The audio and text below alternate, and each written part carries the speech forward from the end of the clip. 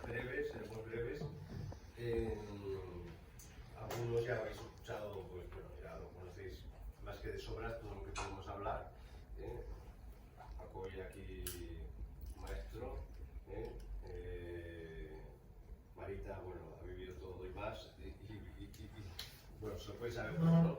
Entonces el problema era poder escoger sobre varios temas, sobre o bien Companys, o bien los mitos del nacionalismo catalán, ¿no?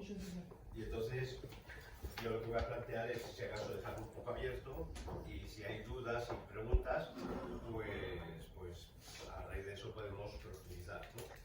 Entonces, claro, llevando ya muchos años pensando lo que es el nacionalismo y pensando que lo que nos cuesta que entren en razonamiento, ¿no? Pensando que no están abiertos a diálogo, que bueno, al final creo que es un problema más que político en concreto, porque políticamente no hay ningún argumento racional para querer separarse de España. Pues es una especie de posiblemente tiene que haber un trasfondo más psicológico, psicosocial, ¿no? en la población catalana, debido posiblemente a sus élites, que es lo que tenemos que, bueno, uno de los puntos donde se puede reflexionar, ¿no? Entonces, Josep Pla era uno de los grandes, ha sido de los grandes escritores en catalán y en castellano, que no tiene una sola calle en Barcelona, o sea, lo tiene olvidado porque no estaba a favor del nacionalismo. En sus obras completas escribió unas reflexiones de lo que era la psicología del catalán, la psicología. Y esos textos no fueron publicados en el año 69, sino que fueron publicados ya ahora, ha sido muy recientemente, porque les parecía muy fuerte lo que decía, ¿no? Y entonces decía, el catalán tiene miedo a ser él mismo. Ese miedo es como un tumor que lleva dentro y oculta sus verdaderos sentimientos. Escamotea su autenticidad. El primer miedo del catalán consiste en ser el miedo a ser el mismo. Es como si algo hubiera pasado en la historia de Cataluña, que los catalanes no somos capaces de enfrentarnos a lo que realmente somos, ¿no? Que preferimos inventarnos, y de ahí que el nacionalismo necesite de una mitología, ¿no? De inventarse, transformar la historia, cambiarla, porque es imposible como afrontarse a sí mismo, ¿no? Esto es un problema psicológico de una persona, pero es un problema psicológico de un pueblo cuando no quiere aceptar lo que es, ¿no? Entonces sigue el texto, que es un texto muy, muy fuerte, dice: el catalán actual es producto de la decadencia de Cataluña, como advirtiendo que somos ya un pueblo cansado, el pueblo catalán, por mucho que el independentismo parezca que es muy fuerte, yo siempre lo he interpretado como lo que llamamos en español el canto del cisne, no sé si os suena, ¿no? Sí, sí, sí. El canto del cisne, que es bueno, parece que es la gran explosión, pero es la muerte anticipada de Cataluña, que es lo que estamos viviendo. Cuanto más independentismo, Cataluña se está deshaciendo, se está desintegrando, se está arruinando, es una sociedad que ya ha dejado de estar cohesionada, ¿no? Y dice, sus rasgos, sigue Josep Pla, es el complejo de inferioridad, ¿no? Fruto del deterioro de su personalidad. Esto es como muy interesante porque el complejo de inferioridad que tienes en la vida, muchas veces psicológicamente, el contrapeso es un complejo de superioridad. O sea, mostrarte cuando tú tienes inferioridad, porque realmente has perdido tu identidad, ya no sabes quién eres, y pues entonces tienes que sentirte superior a los demás. Es un complejo de superioridad. Y este mecanismo de complejo de superioridad llevaría a entender muy bien lo que antes ha comentado, de por qué el catalanismo acaba siendo un racismo, ¿no? Un supremacismo. Esto es innegable porque está en los documentos, en el primer tercio del siglo XX, lo que llamamos el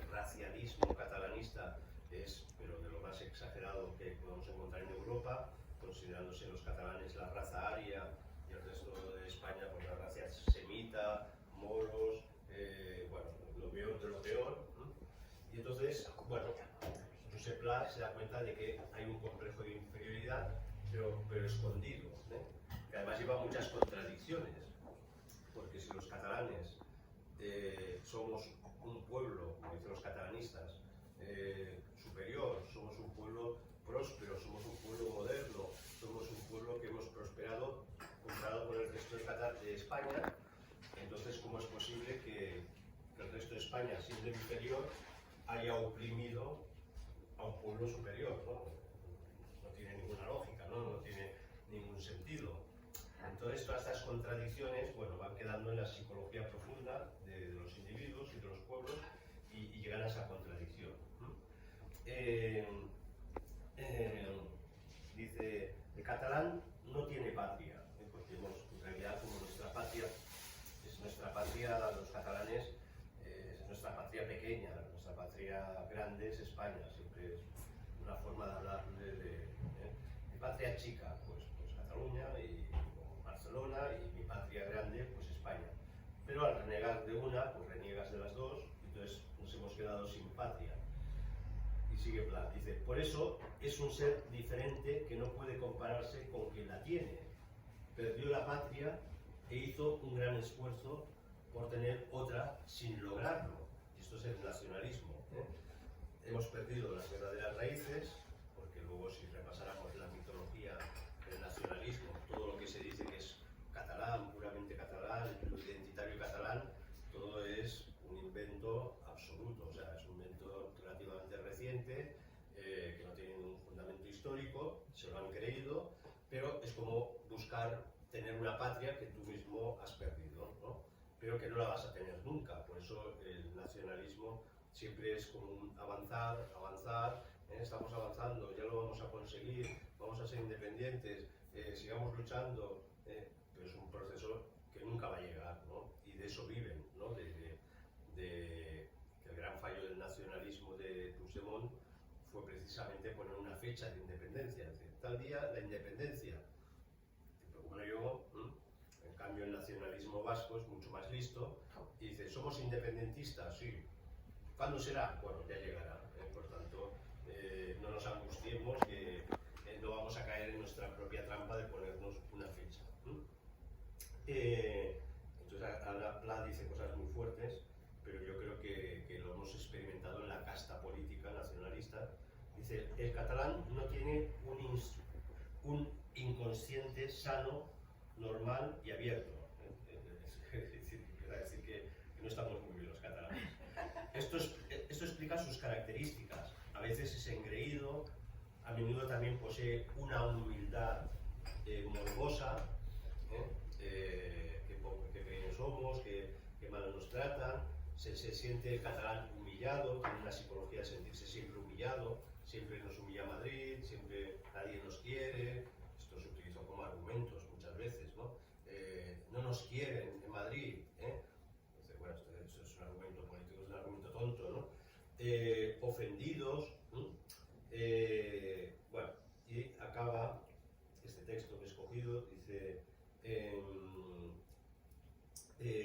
encontrar un catalán normal es difícil. Esto es tremendo, porque, bueno, prácticamente tenemos esta experiencia, ¿no? Bueno, entonces yo escribí un libro que es Historias ocultadas del nacionalismo catalán, que luego ya lo habéis leído y lo conocéis de sobra porque ya tiene muchos años, pero que intentaba como recoger a través de historias, de pequeñas historias, todo lo que era la trampa del nacionalismo, desde la psicología hasta las historias, ¿no? Pero, claro, había que definir lo que era el catalanismo, ¿no?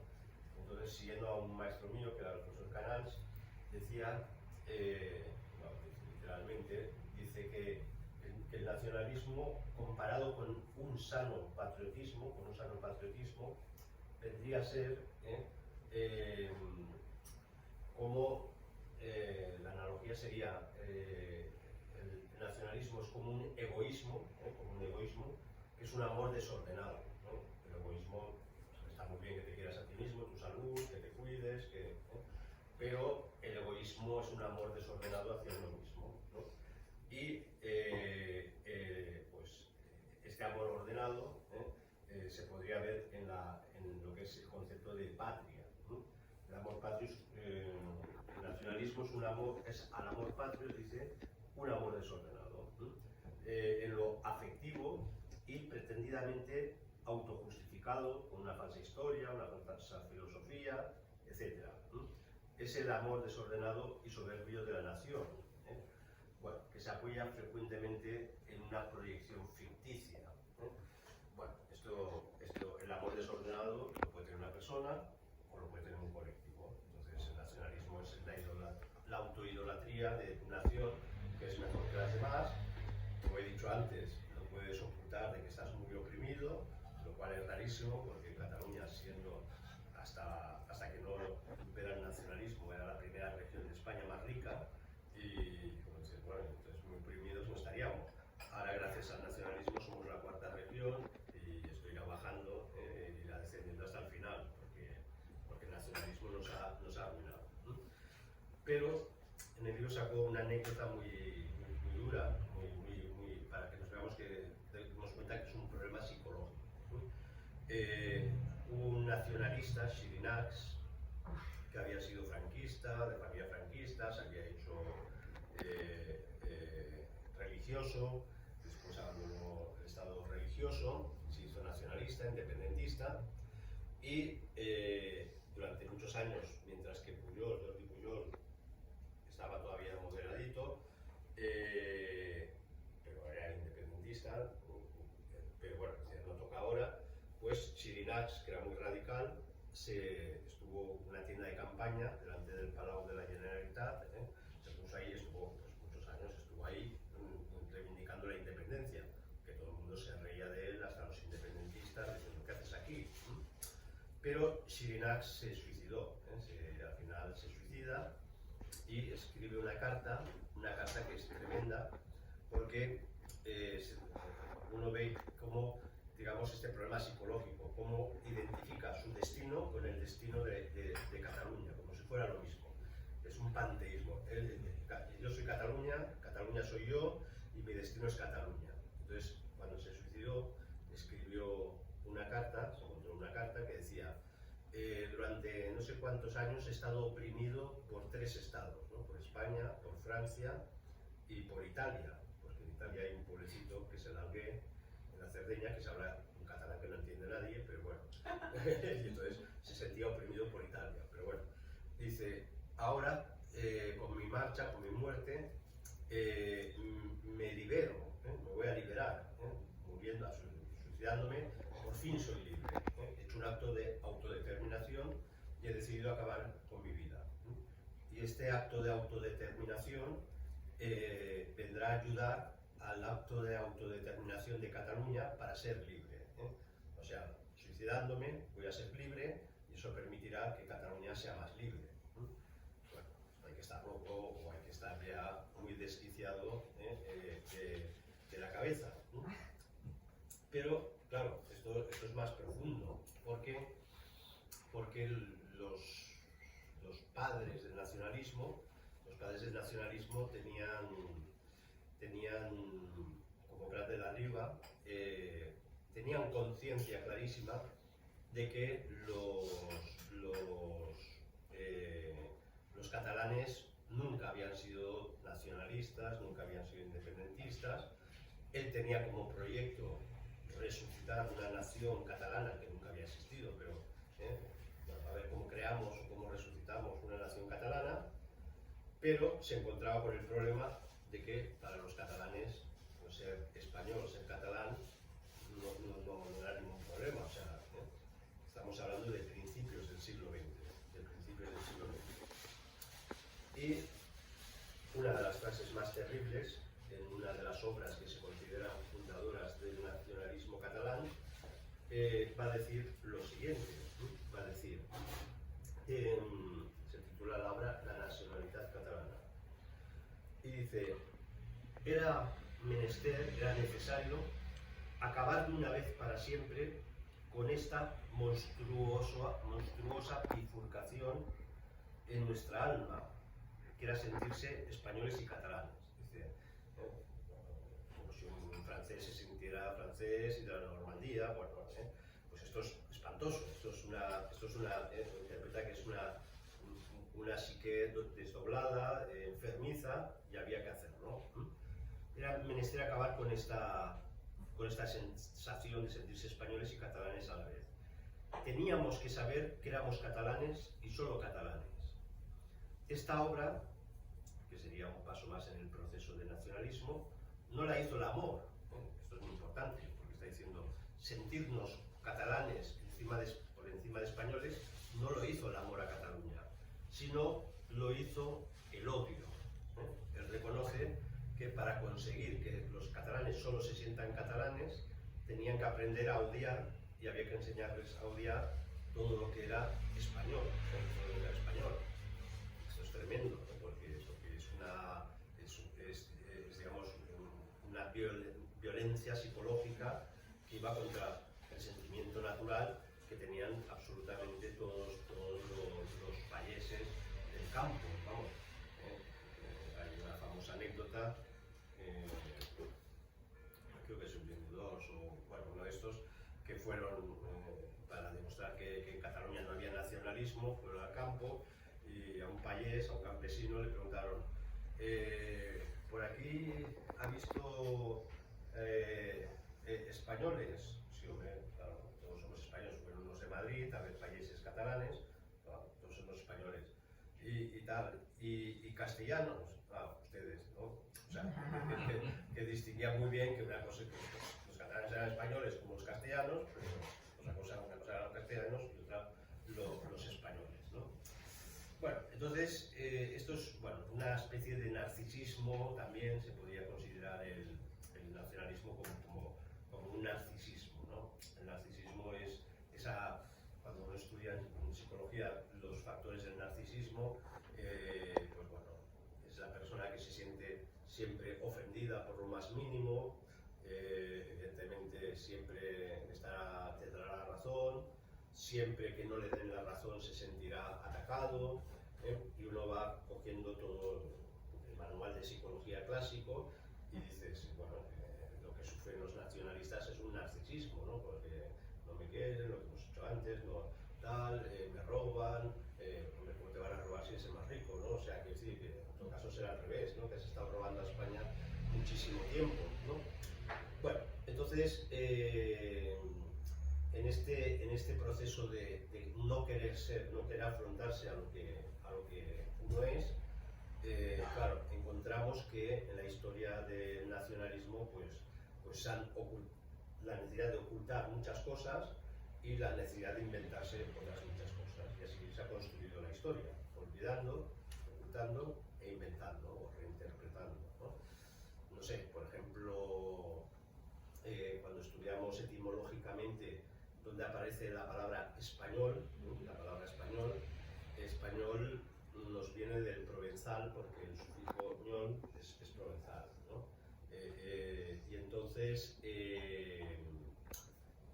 tenemos constancia en el cambio de milenio, en el siglo, bueno, un poquito antes, en el siglo IX, ya la primera vez que aparece la palabra español como forma de apellido, y España aparece en Cataluña, aparece en la plana de Vic, que ahora son dos separatistas, y aparece una masía que se llama Can España.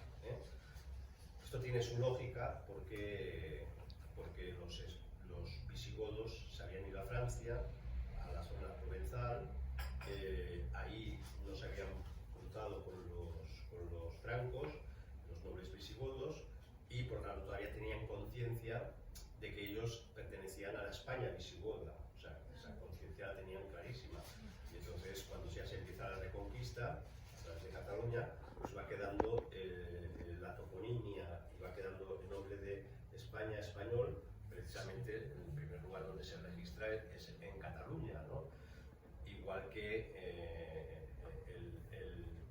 el obispado más antiguo, uno de los yo creo que es el más antiguo de España, es el de Tarragona, y tiene el título de primado de las Españas. porque eran los primeros organizaciones eclesiásticas a través del Imperio Romano. La Tarraconense había sido primeramente romanizada y se llamaba el Privado de las Españas, y aquí nadie ponía ninguna duda. Bueno, podríamos ir viendo cómo todos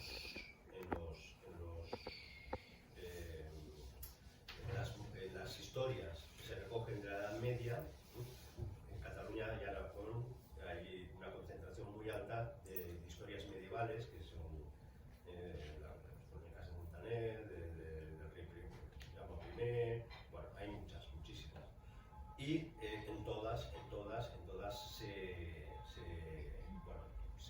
se habla de que el rey es el rey de las Españas.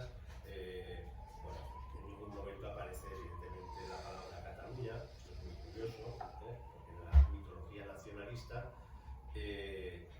dicen que Cataluña, bueno, hay varias versiones, Cataluña nace como nación, cosa que es absurda, pero bueno, nace como nación, dicen, en el 987, cuando Hugo Capeto va a ayudar al conde Borrell para luchar contra los normandos, cae herido, conde de Barcelona, y entonces la famosa leyenda de que tenía un escudo amarillo, entonces con la sangre del rey hace las 4 barras catalanas, ¿no?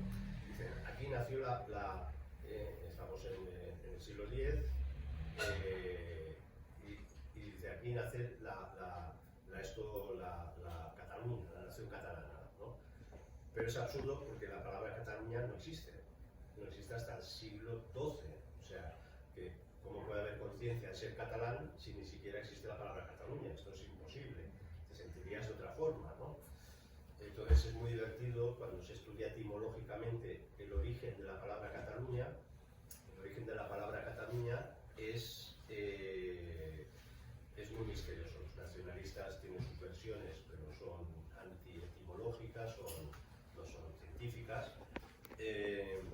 Y la discusión científica no está cerrada, pero las versiones o la versión, a mi entender, más clara, por ejemplo, es que, bueno, que Cataluña, bueno, primero aparece la palabra catalán, antes que Cataluña, y catalán aparece precisamente por los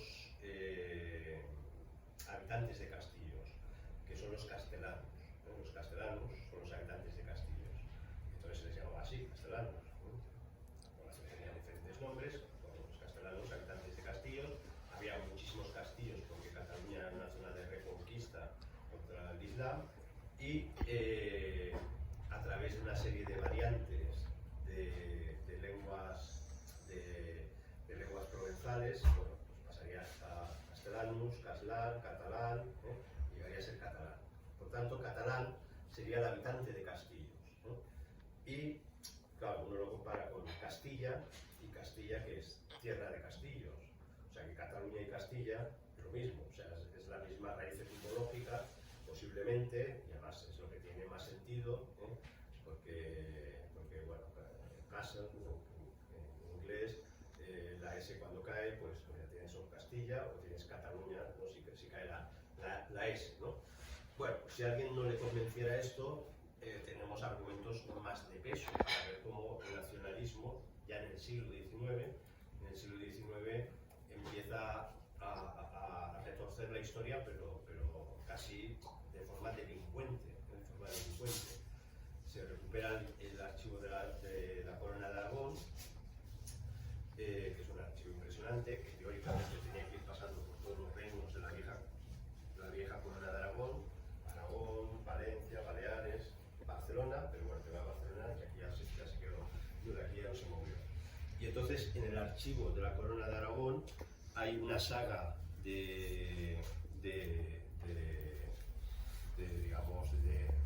encargados de custodiar el archivo de la Corona de Aragón, que es la familia Bofarull, y nos encontramos sorpresas brutales, ¿no? Por ejemplo, que ellos mismos hicieron desaparecer el primer testamento de Jaime I.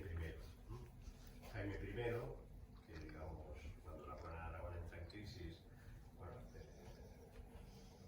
por no alargar, Jaime I es uno de los grandes reyes de la corona de Aragón, va avanzando la reconquista y reparte sus reinos para sus hijos, pues Baleares, Valencia la reconquista y la convierte en un reino. Cataluña no es un reino, sigue siendo un condado y es un condado de Barcelona, o sea, no tiene una entidad como un reino. Por cierto, el condado de Urgell, por esas cuestiones matrimoniales, dependía del reino de León, o sea que también aquí las cosas son como son. Y si contáramos todas las alianzas matrimoniales de los condes de Barcelona para tener una poca de preponderancia, entrar en sangre real y no dejarse, digamos, presionar por la corona de Aragón, pues se casan con hijas de Castilla, se casan, se van mezclando lo que llamamos la fase de los condes charnegos, o sea, los grandes condes que ahora te los venden como una genealogía, la Cataluña súper trascendental, bueno, hasta Borrell III casó a su hija con el Cid, o sea que imagínate, el Cid es un héroe castellano, y entonces está todo mezclado. La historia y hubo momentos que desde Barcelona se conspiraba con los reyes de Castilla para poder liquidar al rey Alfonso el Magnánimo, el rey de la corona de Aragón. O sea, o sea, eso es la idea de una nación ontológica unida en una lengua, todo eso, bueno, eso no se va por ningún lado. Pero Próspero de Bofarull lo que hace, de la corona de Aragón, es romper el testamento de Jaime I, pero lo rompe, un documento súper valiosísimo, porque precisamente quedaba muy claro que Valencia era un reino, que Aragón era un reino, Baleares era un reino y Cataluña era un condado. Y al ser un condado, pues evidentemente se destruye el mito de la corona catalano-aragonesa. Por suerte luego los testamentos y se pudo rehacer. Pero también otra de las tesis del nacionalismo, que siempre es una especie de, como lo diría yo, una especie de imperialismo, todo nacionalismo es supremacismo y es expansionista. Quieren comerse Francia del Sur, quieren comerse parte de Aragón, que se habla ahí una lengua que ellos dicen catalán oriental, pero que es otra cosa. Quieren llegar hasta la Riviera, hasta Italia, o sea, bueno. Entonces, lo que hace Próspero de Bofarull es reforzar la teoría de que el valenciano, la lengua valenciana y el catalán es lo mismo. ¿Y cómo lo argumentan? Porque, según ellos, los nobles catalanes fueron los que más aportaron para la reconquista de Valencia y entonces, pues, implementaron su lengua, se hablaba catalán. Pero esto es falso, porque están cogidos en la corona de Aragón, estaban las genealogías de todos los nobles de toda España, de Aragón, de muchos sitios de España, de Navarra, fueron a conquistar Valencia, ¿no? De tal forma que había una minoría de nobles catalanes, una minoría, ¿no? Y entonces es imposible que esa minoría pudiera imponer el catalán en el reino de Valencia, ¿no? Lo que hacen estos es coger, y los libros existen, y empiezan a arrancar las hojas, las hacen desaparecer de todos los nobles y linajes de Navarra, de Castilla, de todos los que habían participado en la Reconquista, para decir que solo eran catalanes, ¿no? Bueno, era evidente que en Valencia había una lengua provenzal, que había, digamos, en paralelo, pues evolucionando con el catalán, pero una lengua claramente diferente, por mucho que ahora digan que sea igual. Bueno, esto nos llevaría también a grandes polémicas del catalanismo, ¿no? Como el catalanismo que nos hace convencer que recupera la lengua en el siglo XIX, pero es una mentira tremenda. Lo que hace es imponer una lengua estandarizada por un personaje Fabra. Lo que hablamos ahora es el catalán normalizado de Pompeu Fabra, ¿no? Lo que estudian en las escuelas. Es un catalán artificial, Era químico. Era químico, era ingeniero químico, o sea, no era un filólogo.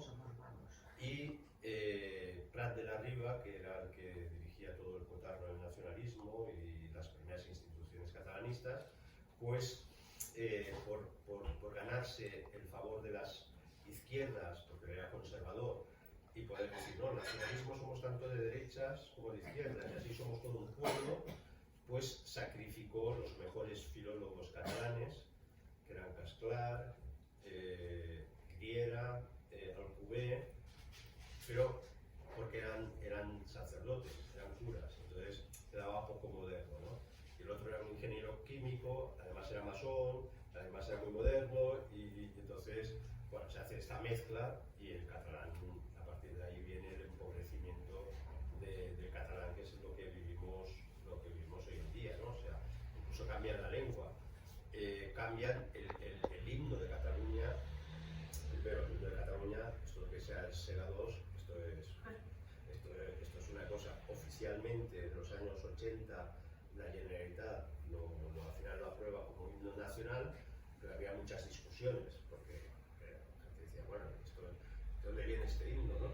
Este himno tiene una historia muy peculiar, que se ve la manipulación total del nacionalismo, ¿no? Por ejemplo, cómo el himno del Segadors, que ahora se canta así muy pomposamente, que algunos han dicho, bueno, esto no vamos a ningún lado, esto no es guerrero, esto es muy melancólico, casi te duermes cantando el Segadors, y el sopor, que es un poco como ese espíritu de melancolía del pueblo catalán, ¿no? Es decir, vivimos de la nostalgia y... bueno, la historia es muy sencilla, la historia es que Miray Fontanals, que fue uno de los grandes estudiosos de la lengua catalana del siglo XIX, pero que escribe en castellano, no escribe en catalán, esto es muy curioso, los grandes restauradores de la lengua catalana, todos escribían en castellano, o sea, todo. Y entonces, pero bueno, eran filólogos y estudiaban. Entonces este encontró pues una canción tabernaria que hablaba de la guerra dels Segadors, que era una vieja guerra de 1640, donde parece que Cataluña empezaba a independizarse, bueno, que se entrega, digamos, a Francia, se ofrece a Francia. Bueno, pero esto era una canción tabernaria y Miray Fontanals, que era una persona pues, conservadora, hace una letra muy bonita, una letra, por cierto, lo hace en métrica castellana, no en métrica catalana, o sea que el Segadors está en métrica castellana, y bueno, entonces se compone la música, pero esta música no gusta a los sectores más revolucionarios, republicanos, de izquierdas, no les gusta, y entonces se inventan un concurso de letras nuevas, ¿no? Y entonces entre estas letras pues hacen ver que gana uno, que había quedado, como el concurso había quedado vacío, pero bueno, hicieron toda la prensa del momento, no, ha ganado este, que es Emili Guanyabens.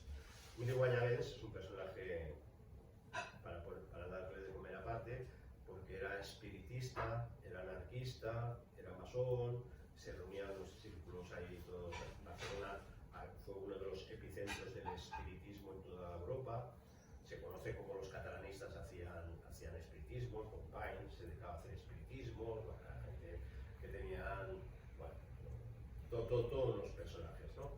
Y entonces, bueno, Emili Guanyabens hace la versión actual, donde cambia todo el sentido tradicional anterior, que era un sentido como católico, tradicional, se hace referencia pues las profanaciones de iglesias que se hicieron en la guerra de Segadors, acaba pidiendo el pueblo catalán pues lo enseña es un santo Cristo cubierto con un velo negro, y entonces el obispo les bendice y catalán, digo en castellano, pero la poesía es en catalán. ¿Dónde está vuestro capitán? ¿Quién es vuestra bandera? Entonces sacaron el Cristo y dijeron, este es nuestro capitán, esta es nuestra bandera. Bueno, pues esto lo quitan Emili Guanyabens entonces se impone la otra letra, que la letra es como una especie de, se le llamó la marsellesa catalana, porque era una especie de canto, le añadieron el bon cop de fas, ¿no? Buen golpe de hoz, ¿no? Como recordando la guillotina, ¿no?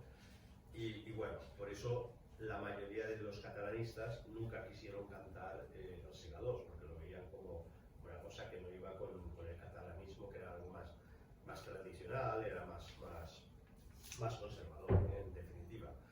Bueno, y así podríamos ir viendo muchas mitologías, ¿no? Los Mossos d'Esquadra, ¿no? La policía autonómica, que la venden como, bueno, tenemos nuestra policía, somos autónomos, pero los Mossos d'Esquadra, primero, los colores, los veros colores, son rojo, azul y blanco, que son los colores franceses, porque eran felipistas, eran borbónicos, ¿no?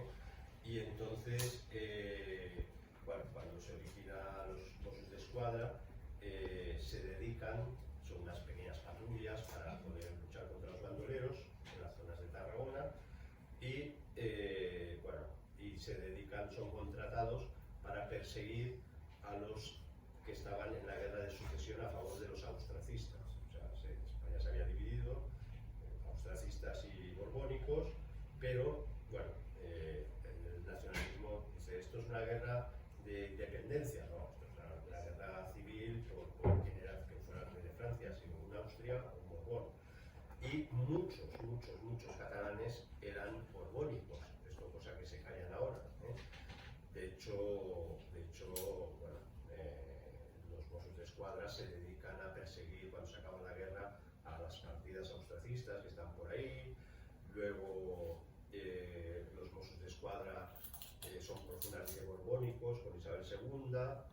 Cuando ya va a llegar la Primera República en España, un general catalán, que es el general Prim, no se fía de nada de los Mossos d'Esquadra porque son tan españolistas y son tan borbónicos que dicen, esto no puede ser, lo suprime, luego lo restauran otros. Pero bueno, la misma idea de los Mossos d'Esquadra, que es, digamos, algo tan evidente que es españolista, borbónico, monárquico, tal, lo han convertido ahora en un símbolo separatista, republicano, y así constantemente.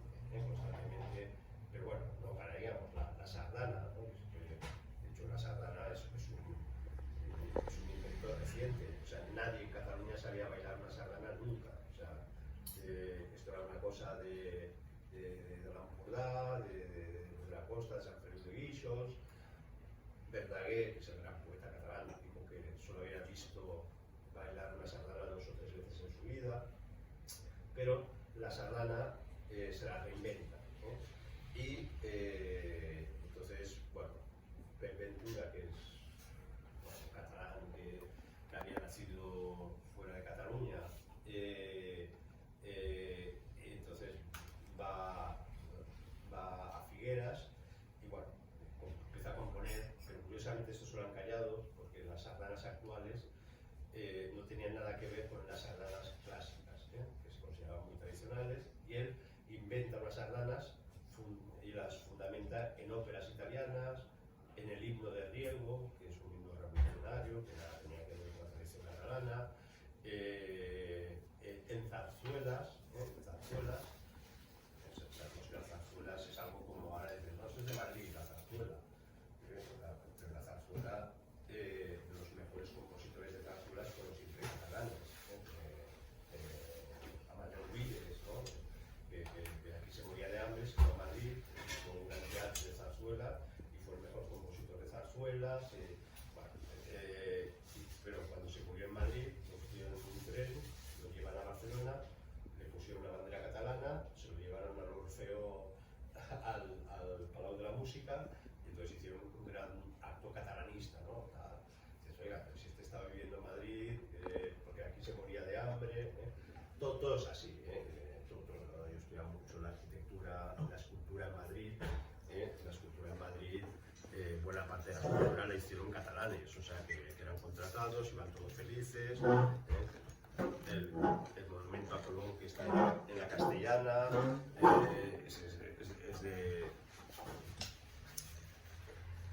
es de un catalán. El la fachada de la Biblioteca Nacional de España, la Biblioteca Nacional, todas las fachada le hicieron catalanes, bueno, o sea que al final toda la historia nos la han cambiado, ¿no? El tema del racismo, sí, ¿no? Quizás voy a acabar porque no quiero alargarme y tenemos hambre. Y además acabará la pila. El tema del racismo es impresionante porque evidentemente existió. Eso lo intentaron ocultar muchos años hasta que salió el expresidente de Esquerra Republicana, el amigo, ¿cómo se llamaba? Fidel Barrera, y escribió lo que pensaba.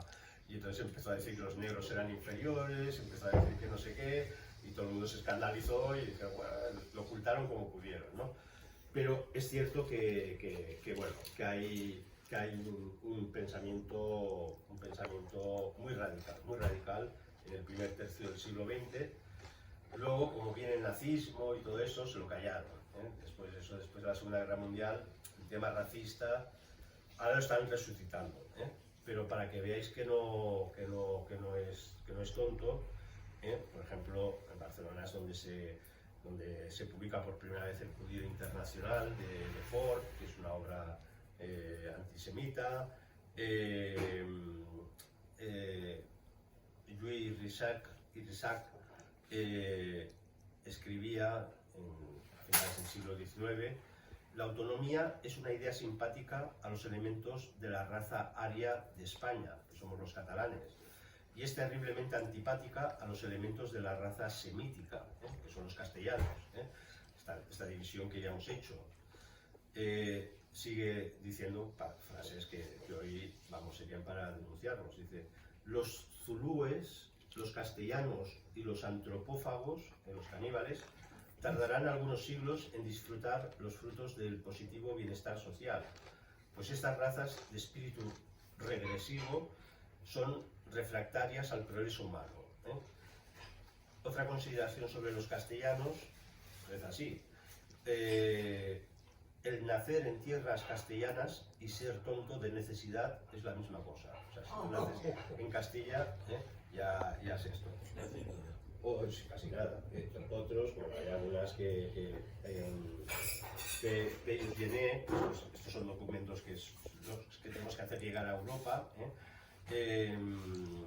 dice la famosa frase de que, bueno, la población en España se divide en dos razas: la aria, celta, grecolatina, goda, o sea, del Ebro al Pirineo, y luego la gitana, semita, presemita, mongólica, etc. Bueno, y entonces, sin parar. Entonces, uno de los argumentos que a mí siempre me ha hecho más gracia es que uno de estos dice que uno de los argumentos para que Madrid no pueda gobernar sobre Cataluña y sobre Cataluña pueda ser independiente es que en Madrid tienen un problema, que están en la meseta, y en la meseta el oxígeno está empobrecido, y entonces eso deteriora el cerebro, y por lo tanto no son gente preparadas para gobernar España, ¿no? Bueno, argumentos de estos podríamos llenar libros y libros y libros. Pero lo curioso, y con esto acabo, con una anécdota, y además que siempre la cuento en muchas conferencias, pero que es muy significativa y además muy divertida, y ridiculiza lo que es el nacionalismo, es Pujol, ¿no?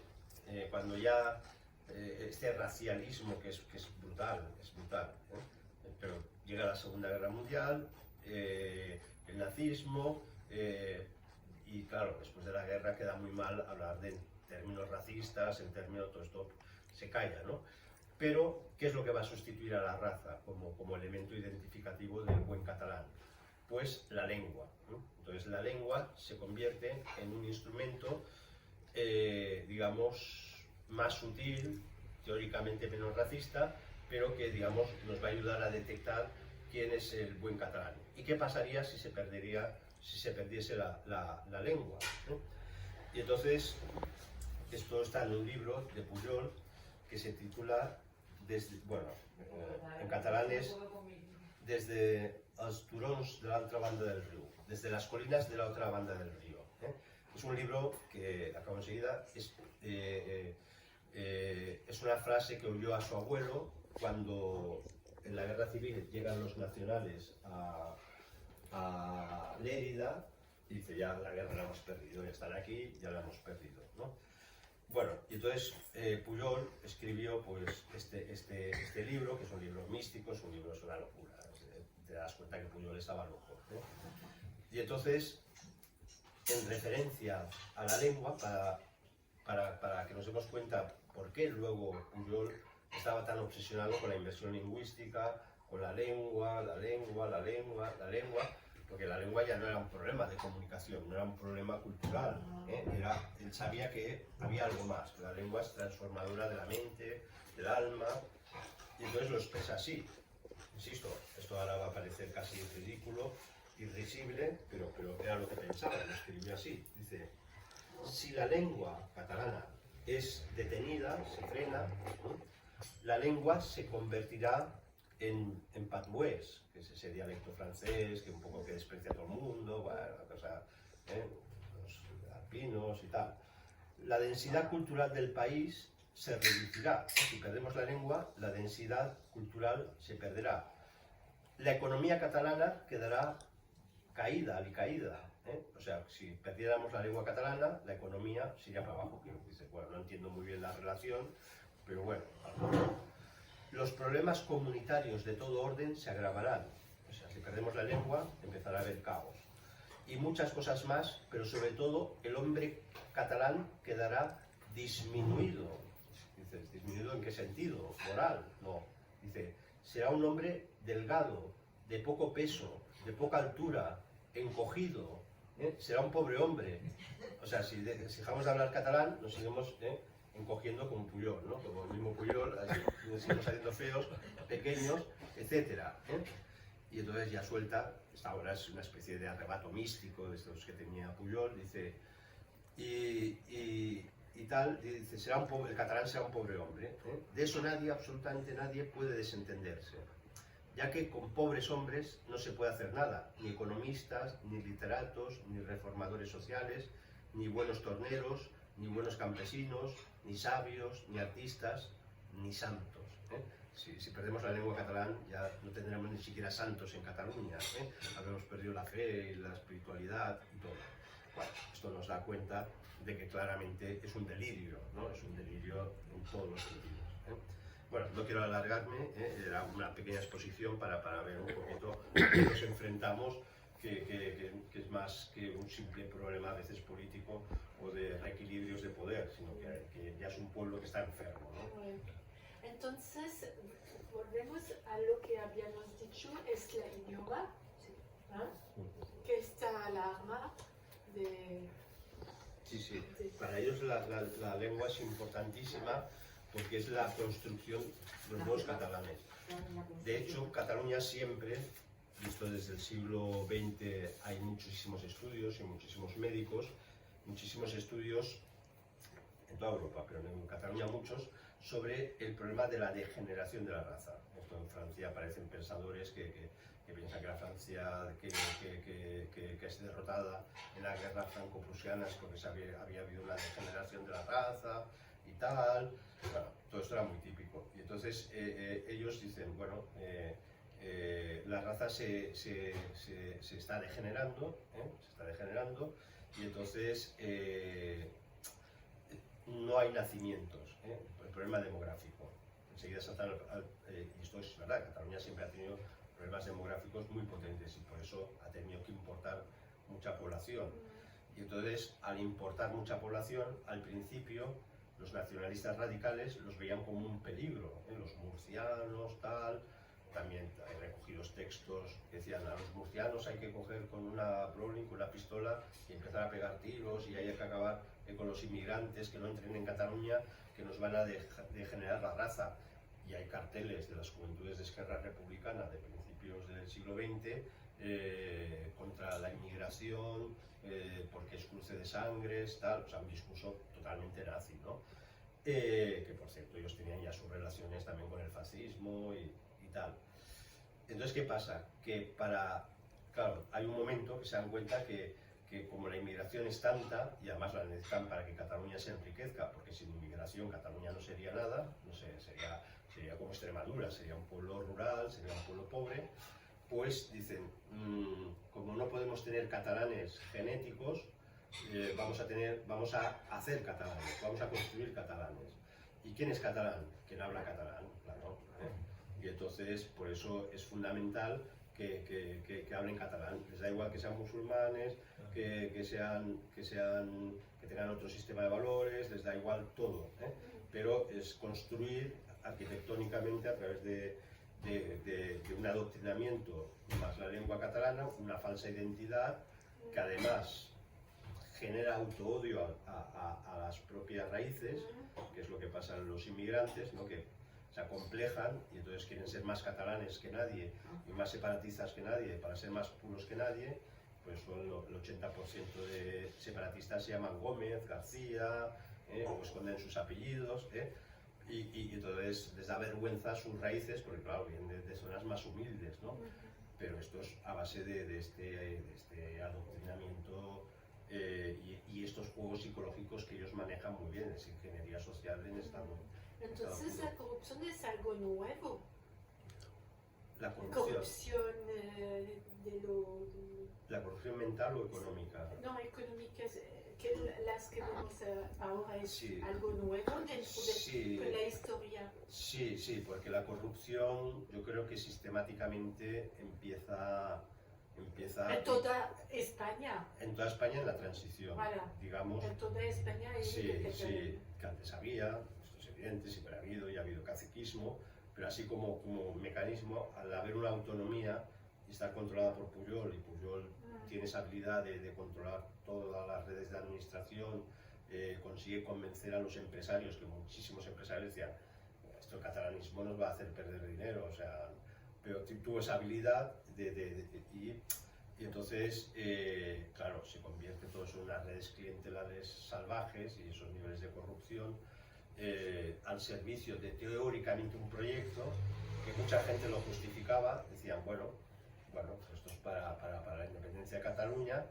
hasta que aparece Pujol y declara esos dineros que tiene Andorra, entonces ya se empieza como a desmoronar un poco el mito, que yo creo que lo van a intentar salvar, o sea, Pujol todavía no lo juzgan o están alargándolo porque yo creo que están esperando que muera y enterrarlo en honor de multitudes como el patriarca de Cataluña, ¿no? Como el padre de la Cataluña independiente o de la...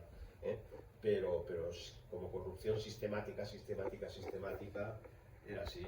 Si hasta Prat de la Riba, que fue digamos un antecedente, que es el que consigue la primera pre-Generalitat, que es la Mancomunitat Catalana, cuando le dijeron, bueno, todos los documentos que estamos elaborando hay que traducirlos, ¿verdad?, al catalán.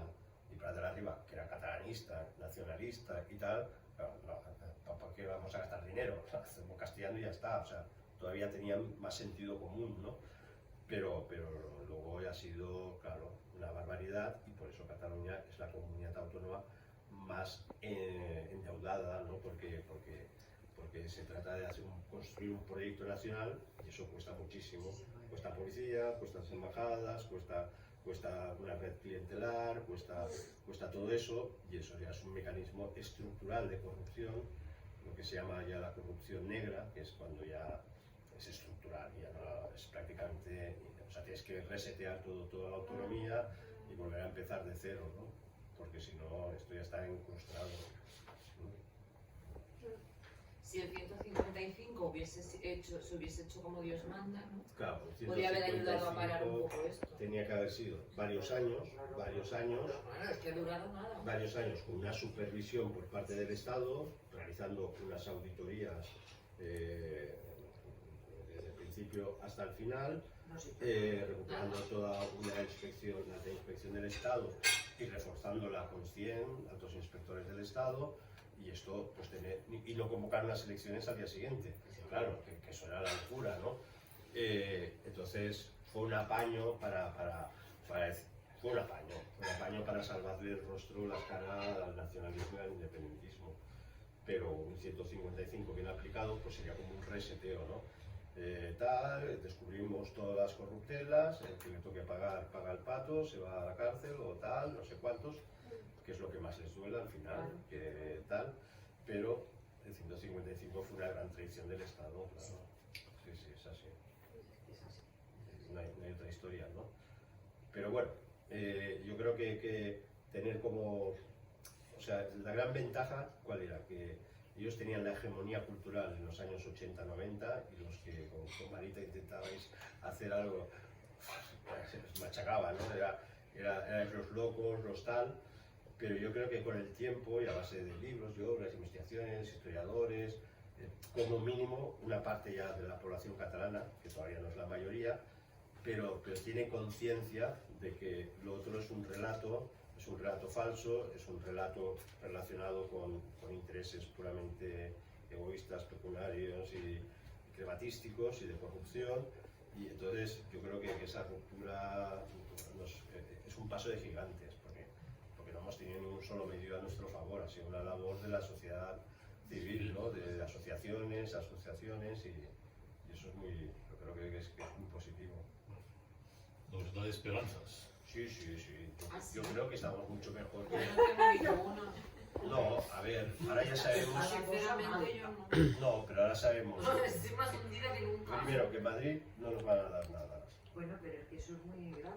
Eso es muy Es grave. que Madrid se ha convertido en la réplica a mayor extensión de lo que pasa en Cataluña. Es que Sí, es que ahora ya no solo la independencia, hay Pero es problemas por todos lados. que Madrid nunca ha hecho nada en realidad. no, pero ahora la diferencia está más claro. es el descaro Descaro. con que Mejor apoyan que sea así. a esta gente Sí, y sí. con el descaro que negocian con los derechos de los demás. Es que, Pero así lo vemos Pero todos. así lo vemos, porque claro, antes- pero lo Ya, ya. vemos, no somos mayoría los que lo vemos. Bueno, pero ya Es- somos esta unos es la cuantos, historia. pero es mucho más que... Porque lo grave Sí, fue sí. cuando el ABC declaró a Pujol el español del año, que entonces algunos dijimos, ¿qué? ¿Pero qué? ¿No? Claro. Es que ya veíamos que Pujol era un personaje que, por muy moderado que se las diera, su hoja de ruta era un nacionalismo radical y tirando para ahí, y el periódico más de derechas y conservador de España le nombra español del año. Dices, nos hemos vuelto locos, ¿no? Creyendo, lo de siempre, que si al nacionalismo le das, pues al final se saciará. El nacionalismo es insaciable. Pero lo que sí hay ahora es como más la conciencia del mal se ha extendido, Sí, se sí. ha extendido. No suficientemente, pero se ha extendido porque antes éramos muy pocos realmente. Sí. Y luego, lo que ha dicho antes hoy, cuando estabais reunidos, es que mucha gente por fin ha visto lo que es el PSC, ¿no? Que antes el PSC era un partido como casi españolista, como constitucionalista, en la salvaguarda de que Cataluña nunca se independizaría, y ha sido el instrumento para darles oxígeno Pero al fíjate que, es que independentismo. eso sí que es un absurdo, porque el inventor de la inmersión y de la no separación de escuelas para acomodar las distintas opciones fue del PSC. Fue el PSC, claro. Y ahora te sacan pecho diciendo que nosotros fuimos los inventores de la inmersión, ¿cómo nos la vamos a cargar? Sí, Y es verdad. sí. En el Congreso, no sé qué Congreso fue, y está. Sí, ya cuando, pusieron. cuando Convergencia no lo veía claro y No lo veía claro Convergencia. no se atrevía a poner inversión lingüística, y el PSC, El PSC fue el... como vamos a todos a estudiar catalán, inversión lingüística en catalán, y así con la excusa El ascensor del ascensor social, que que es lo falso, crearon ellos, que es falso, porque al final es un fracaso total, porque los pobres chavales, Ascensor, pero para abajo. el ascensor exacto, para el sótano. claro. Pero bueno, así está la cosa, pero yo creo que hemos avanzado mucho, porque las movilizaciones que hemos conseguido estos años, las luchas, yo creo que ha sido muy bonito. Ha sido... Sí, hombre, sí, ha aumentado Sí, la sí. contestación, lo que pasa es que todavía... ¿Y Todavía, qué todavía habría que queda hacer mucho. para que la gente vaya a votar? A ver, es Porque si todo el mundo fuese a votar se acababa el problema. Porque sí, si cuentan los pero- votos que se pueden meter en una urna con los que se meten, Hombre, si los que y votaron los que a no van son partidos... de los nuestros. si los que votaran a partidos constitucionalistas en las autonómicas votaran a sus partidos, el Parlamento sería mayoritariamente constitucionalista. Lo que pasa es que hay algo de así que cuando llegan las autonómicas, mucha gente que vota en las generales dejan de votar. Y entonces es una psicología, esto lo estudiamos en sociología y en politología, son mecanismos muy raros, porque la gente cambia de chip y para las locales ya voto una cosa, ¿no? Porque voto a este que me cae muy simpático. Yo he conocido gente que votaba a los socialistas en las generales, a Convergencia en las autonómicas y a Izquierda Unida, a los comunistas en los ayuntamientos, porque lo hacían bien. Entonces decía, bueno, está bien.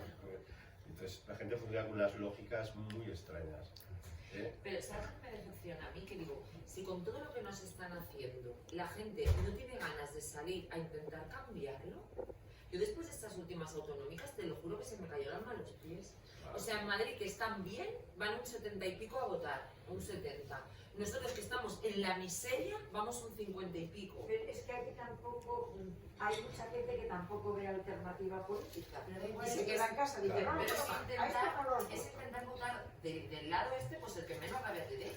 Bueno, pero claro, bueno, Pero Pero la gente, cuando tus élites naturales van contra lo que te dice tu corazón, tú no te rebelas contra las élites, o sea, contra el PSC, por ejemplo, sino que te vas a la casa y no votas. no votas. Y esto es lo que pasa, que a la gente le cuesta mucho rebelarse contra sus propias, digamos, dirigentes de toda la vida, que en los barrios de obreros, pues claro, era el PSOE, que unificaban, venía aquí Felipe González, entonces ellos pensaban que era votar españolismo, ¿no? Y tal. Y entonces cuando de repente las élites les dicen, no, tal, aparece Z, pues la gente se retrotrae y no vota. Y este es la gente tiene esta psicología de masas, o sea... Sí, pero bueno, pero mira quién ha ganado al final, Claro. Podemos encima. Claro. O sea, es que dices, bueno, yo no sé, estamos muy zumbados. Sí. Y después la ley electoral tampoco favorece, Tampoco porque favorece. claro, la Cataluña más radical está fuera de la metrópolis, digamos. Y su voto, en algunos casos, vale el triple que el nuestro. Entonces, claro, dices, bueno, le están dando un peso representativo que no responde a la realidad. Sí. Pero bueno, ahora tenemos tarea para hacer. ¿eh? No, por eso, que lo que sabemos que hay un sustrato, por mucho que el independentismo diga, no, esto ya está solucionado, ellos tienen un sustrato muy estable de votos, o sí, ya más, cada vez más radicales, porque Esquerra ha pasado de ser el partido más radical independentista a ser ya moderadillo y tal. Convergencia, que la exconvergencia, que eran los moderados, ahora son los más radicales de Puigdemont, la CUP tiene la sartén por el mango, en fin. Bueno. Bueno, por eso, que es un país al final cuando quiere autodestruirse se desautodestruye, ¿eh? O sea, que además Cataluña, que es un país dominado por una burguesía, por las zonas más ricas de España y tal, que los comunes o los comunistas de repente tengan un peso político y además insistan en cargarse Barcelona, cargarse la economía, cargarse el suicidio económico, dicen, estamos locos, ¿no? Pero cuando un pueblo se tara, lo hemos dicho, cuando un pueblo pierde su propio sentido y su dignidad y el sentido común, entonces, bueno, nuestra obligación es como mínimo Es seguir y decir, claro, oye, que esta es la línea, que si no nos estrellamos, y al menos si nos estrellamos, pues ya os lo avisamos, ¿no? Oye, este no era el camino. Yo había pensado a una solución Si alguien tiene una pregunta ahí, Sí, al otro lado de la que pantalla. no han tenido opción a preguntar, Sí, hacerlo tú. perdón. Ramón, Sí. Si alguien tiene una pregunta, Hola, Ramón. Sí. En primer lugar, nada, pues, no sé si felicitarte, no sé la palabra por la exposición que has hecho, que me pareció fenomenal. Yo hice un pequeño estudio que me mandó en su día François CPD sobre la estelada y sobre la señera, y tuve que bucear Sí. un poquito la historia. Me gustaría a mí haber tenido aquí a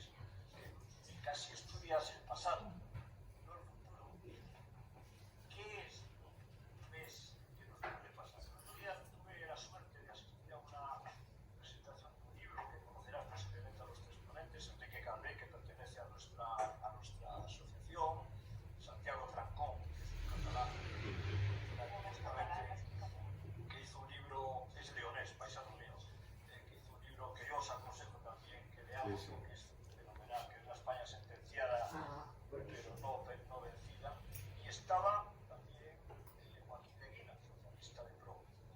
Cuando al final de la presentación hay algunas preguntas, todos les decían, y yo en concreto, bueno, ¿y qué va a pasar? ¿Por qué ha llegado aquí Cataluña? ¿Cuál es el futuro de Cataluña? ¿Cuál es el futuro de España?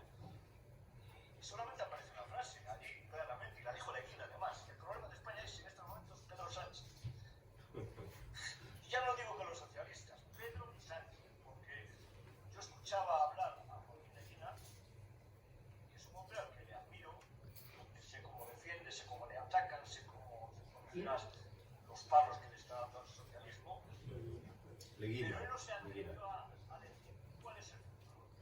Quizá cerró diciendo el futuro, el problema es Pedro Sánchez. Quizá cuando desaparezca Pedro Sánchez seamos capaces de revivir y que Cataluña vuelva a subvenir. Yo lo veo muy difícil porque se han puesto tan avanzados en sus posturas y encima no hay, por parte de los constitucionalistas, como muchas veces nos dice François, y tiene razón, no hay una respuesta clara, rotunda, para intentar decir, oiga, estáis equivocados, o si no estáis equivocados, esa es vuestra visión. Hay otras visiones, que las visiones no se separen. Ahora si somos capaces de tener un camino único. ¿Tú qué prevés de lo que nos puede pasar? Si es historiador, te estoy diciendo que seas futurista. Sí, sí. A ver, los escenarios, España va a depender esencialmente de Europa. Como el marco europeo jurídico, que es una unión de estados, no de regiones, se quiebre por cualquier cosa, entonces una parte de Europa estará deseosa de que España se desintegre. De hecho, cuando se ha detectado que en las campañas separatistas están funcionando todos los bots, o sea, los robots estos de Twitter rusos, es porque Rusia es muy inteligente, sabe que para que no le toquen las narices con Crimea, con la frontera ucraniana, pues le interesa desestabilizar. Bueno, esto es un problema geopolítico que sabemos que ya no dependemos de nosotros, sino de la fortaleza de Europa. Si Europa decide, que puede decidir, prescindir por quiebra del sur, de los PIGS famosos de Portugal, Italia, Grecia, España, entonces se crearía una Europa que era la original, la de primera velocidad, que es Alemania y su entorno geoeconómico, y entonces a nosotros nos abandonarían, y cuanto más débiles mejor, o sea que no les importaría frenar el separatismo, como ahora sí que les interesa, porque Europa todavía quiere seguir con el proyecto actual. Entonces yo creo que el hombre más peligroso de España es Iceta, siempre lo he dicho. Iceta es el que convence a Pedro Sánchez de la hoja de ruta, porque sabe que el enfrentamiento España-Cataluña como Estado es imposible, y ya acabaron derrotados, no tenían nada, pero ellos necesitan cambiar la Constitución, ¿no? Y el cambio constitucional es lo que está, de hecho, el hombre encargado de buscar cómo, y por eso le nombraron ministro de Administraciones al principio a Iceta, era ver cómo se construye constitucionalmente una España federal, ¿no? Hacer unos pequeños cambios constitucionales para que aparezca la palabra federalismo, igual que insistieron para que apareciera la palabra nacionalidad en la Constitución española. Esto lo integran en los estatutos y entonces dicen, pues si somos nacionalidad tenemos derecho a todo, ¿no? Y entonces si algún día hay una reforma y por cualquier cosa aparece, aunque sea bajo forma monárquica, la palabra federal, esto servirá para que se incorporen los estatutos y a la larga transformar una federación en una confederación, que es la posibilidad de decidir separarse amigablemente, ¿vale? Pero esto es un plan a largo plazo. Iceta no es tonto, sabe que una confrontación ahora directa en España otra vez causaría que Vox duplicara votos, o sea, habría una reacción todavía de la gente, ¿no? Y entonces ellos ya han probado y saben que ese choque frontal no les ha servido, ¿no? Entonces ahora están haciendo lo mismo, están destruyendo España, la están destrozando, pero bueno, de forma muy sinuosa, y sobre todo la clave es conseguir la reforma constitucional, que la harán con la excusa, bueno, con la necesidad el melón se tendrá que abrir con la descendencia, estipular, perdona, la ley de sucesión de Felipe VI, porque la Constitución tiene un problema, que solo determina la sucesión del hijo de Juan Carlos I, que dice que tiene que ser Felipe VI, cuando tiene 2 hermanas mayores, pero la Constitución dice que todos somos iguales ante la ley, con lo cual... Sí, pero eso no corre prisa, cambiarlo. No, pero están esperando que cuando esto se abra, entonces es colar lo otro, ¿no? La están cambiando. La están La cambiando. están cambiando la Constitución. Sí, sí. Cada día la van cambiando. Sí, sí. Por supuesto. Sí, sí, hay... Vale, ¿eres pesimista o no eres pesimista? Estás en la idea que... Estoy ciclotímica. Unos días me levanto optimista y otros días estoy... No, pero, a ver, yo estoy optimista porque veo que hay gente que está reaccionando. Pesimista porque cuando ves que TV2, que es la televisión pública española en Cataluña, es más catalanista y separatista que TV3, entonces dices, ¿el Estado qué está haciendo? ¿Cómo es posible que un instrumento que tienes muy potente no lo actives? Ahora, por mucho que el Tribunal Supremo haya dicho el 25% de clases en castellano, habrá una presión brutal sobre los padres para que acepten la inversión. Pero fíjate, yo creo que aquí sí que va a haber follón, ¿eh? Sí. Porque claro, ahora ya la gente tan abiertamente que se sienta pisoteada, porque hay mucha gente que no conocía sus derechos. Claro, por eso. Y entonces ahora sí que hay bastante gente que los conoce. Y Nadie sí. se mueve. no, hombre, sí que nos estamos moviendo. Sí, una minoría, pero... No, se mueve, gente, Se se está mueve. organizando. Sí. Se está organizando una respuesta. Yo creo que estamos bastante mejor, aunque parezca que en macropolítica estamos peor. Socialmente hay muchísima más gente concienciada, ha habido muchas movilizaciones que antes no había, era imposible sacar a nadie a la calle, y yo creo que habrá un momento que cuando ya se evidencie que Pedro Sánchez quiere asesinar España, pues tiene que haber una reacción, ¿no? Otra cosa es que si luego entra en el gobierno el PP, si el PP va a jugar el mismo juego, que muchas veces es lo que nos ha pasado, ¿no? Sí, por eso. Poco podemos esperar por ese lado. Por eso. Entonces, yo creo que lo que necesitábamos era un cambio de paradigma, darnos cuenta que existíamos, que tenemos nuestra fuerza, de quién nos podemos fiar, de quién no nos podemos fiar, y a partir de ahí la batalla ya es otra, porque antes estaba muchísima gente engañada, pensando, bueno, esto ya lo arreglarán en Madrid, esto ya lo arreglará el PSOE nunca lo va a permitir, esto tal, ¿no? Y ahora hay mucha gente ya desengañada. El problema es que cuando aparece Ciudadanos, que fue como esa explosión de que parecía que lo iba, de repente pues pincha, ¿no? Y tiene unos fallos estratégicos brutales y personalistas, y eso fue una desilusión. Ahí hubiera sido un buen momento, ¿no? De darle la vuelta a la tortilla, pero bueno, yo tengo mucha esperanza, ¿eh? Ya veremos. Lo que es duro, Javier, es lo que has dicho, que yo no había caído en ello, que Europa a lo mejor lo que quiere es la desintegración de estos países del sur. Oye, sois una rémora. Un lastre. Claro, están los estados frugales, que son los que ahorran, los que generan riqueza, y nosotros quebrando cada X tiempo, pues al final, si Europa toma la decisión estratégica de decir, mira, rompemos la Unión Europea y nos quedamos en núcleo duro, Bélgica, Holanda, Chequia, todo el área de influencia alemana, pues entonces te puedo asegurar que a nosotros nos dejan tirados, ¿eh? Sí. Hay que seguir habrá que mirar esa luz. Sí. Puede que la cosa, como ya te digo, yo creo que la situación actual no va a haber una fácil reversión hacia... No, tiene que haber una catarsis, pero para la catarsis tiene que haber gente preparada para cuando pase esa catarsis poder reaccionar y tomar las riendas, ¿no? Sí, sí. Muchas gracias, Javier. Gracias. Que vamos a comer. Sí, a comer. Bueno, muchas gracias. Un recuerdo de Suiza, chocolate con Louf de Suiza. Es para ti. Un aplauso por Javier. Un aplauso. Bueno, mi dentista... no.